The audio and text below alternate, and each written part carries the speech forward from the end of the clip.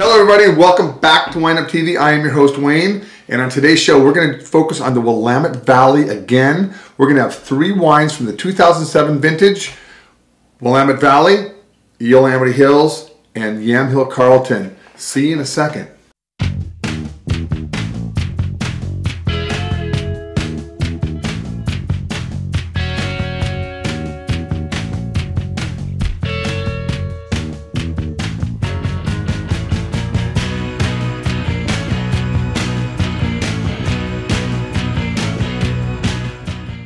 Welcome back everybody. Here's the deal. First wine we're going to have today is a 2007 Iota Cellars Pinot Noir from the Willamette Hills. Now Iota means small quantity, and that's really right on the money.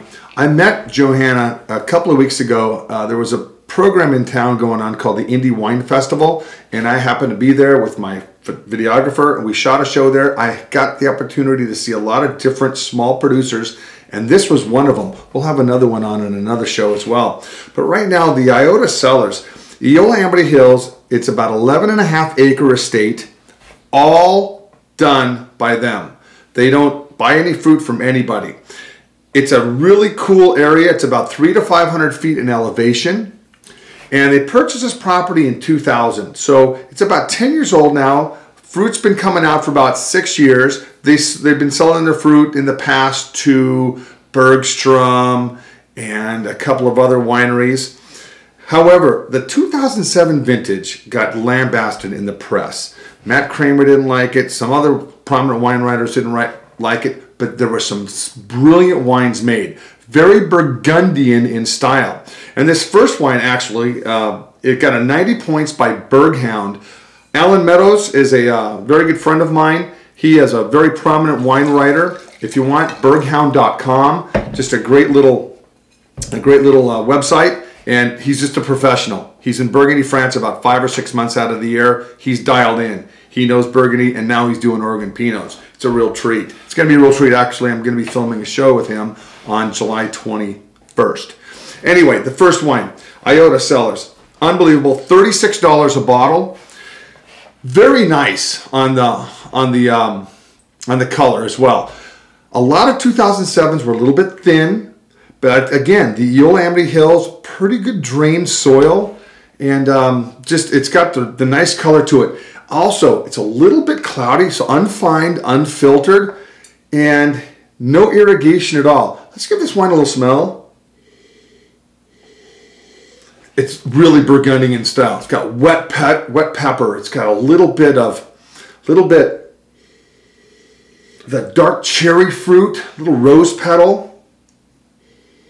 These wines, you need to let them open up a little bit. The 2007 vintage. However, what I like about these wines is the acid backbone. Since it wasn't a real warm vintage like the 06 or 09 was, you can have a little bit more acid in the wine, which will let the wine age a lot graceful, a lot longer. So let's give this a little taste.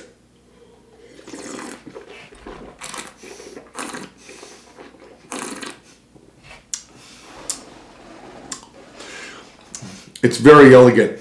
You can taste a little bit of cedar almost in that. Nice smokiness to it. Got that nice, it's a dark plum color. Because it's unfined and unfiltered, it's got a little bit of sediment in there. Matter of fact, when I pulled the cork out of this wine, I saw some of the sediment on the cork, but just a very nice example. Very nice wine. Again, 11.5 acres, 345 cases produced, that's it. It's for sale right here on this website. You can get it. I don't have a lot of it. I've got 9 cases that I have access to. But very nice. Good effort.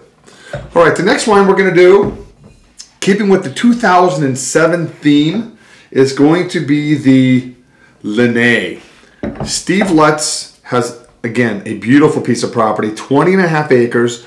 On the backside of the Yamihill Carlton, it's kind of in a really interesting place. It's on a hillside, west slope, south and west slope facing, high on the hill. I take my guest there quite a bit. If he's open, I'm there. He's got a subsoil called pea vine. This wine right here, it was rated a 91 points by the Pinot Report. And it, again, just a beautiful, beautiful example of what wines from 2007, the structure can actually be. Let's give this thing a look. It's again, this one's a little bit clearer than the last one, the Iota. Let's give it a little smell. This is pure Pinot right here. It's just got that Burgundian nose to it. It's elegant, it's racy, toasty, oaky. Got a little bit of cedar. Some dark cherry fruit. This is nice. This is a beautiful wine. And these wines are just starting to open up now. God, when they first bottled these things, these were tight. And I can understand how this vintage can kind of get a little bit of bad press in the beginning. But you got to get these wines like this with this structure a little bit of time to mellow out in a bottle. And this is just coming around.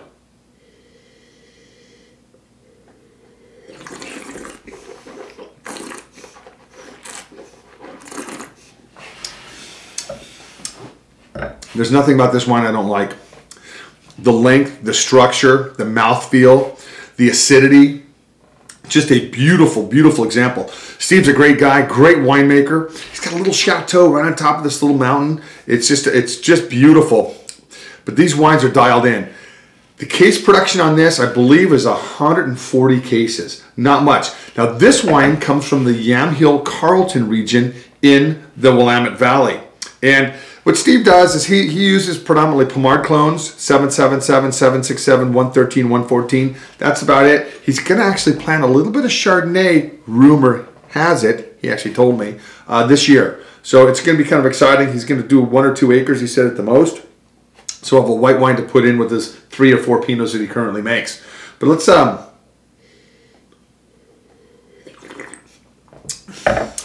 This would be great with some grilled lamb chops. Great with beef tenderloin or a salmon. Just wonderful.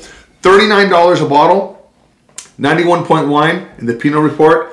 Just a great effort. Just a great, great effort. Okay, now, next wine we're going to do is going to be one of the more beautiful wineries in the Willamette Valley. It's very Napa-esque, if you will.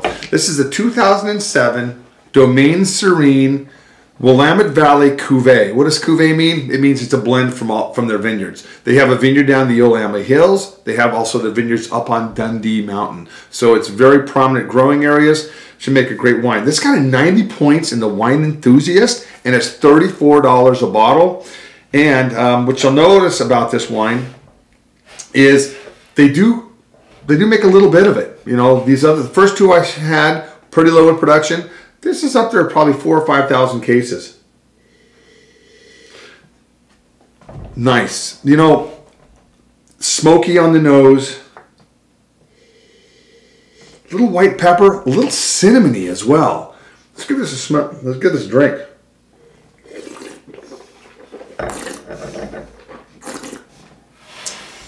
Very nice. The Evanstads, he actually owns a pharmaceutical company in Minnesota. Came out to Napa. Came out to Willamette Valley in about 1987, 88. Purchased this beautiful piece of property. I bring a lot of my guests up there. Again, it's beautiful. It's like a Spanish villa that sits on top of Dundee Hills. But you notice the color on it? Very nice color. Again, the 07s depends on where the vineyards were. It depends how well you managed your vineyard. 2007 was a tricky vineyard. But these are 3 great examples of wines that were made extremely well. Let's give this another drink here.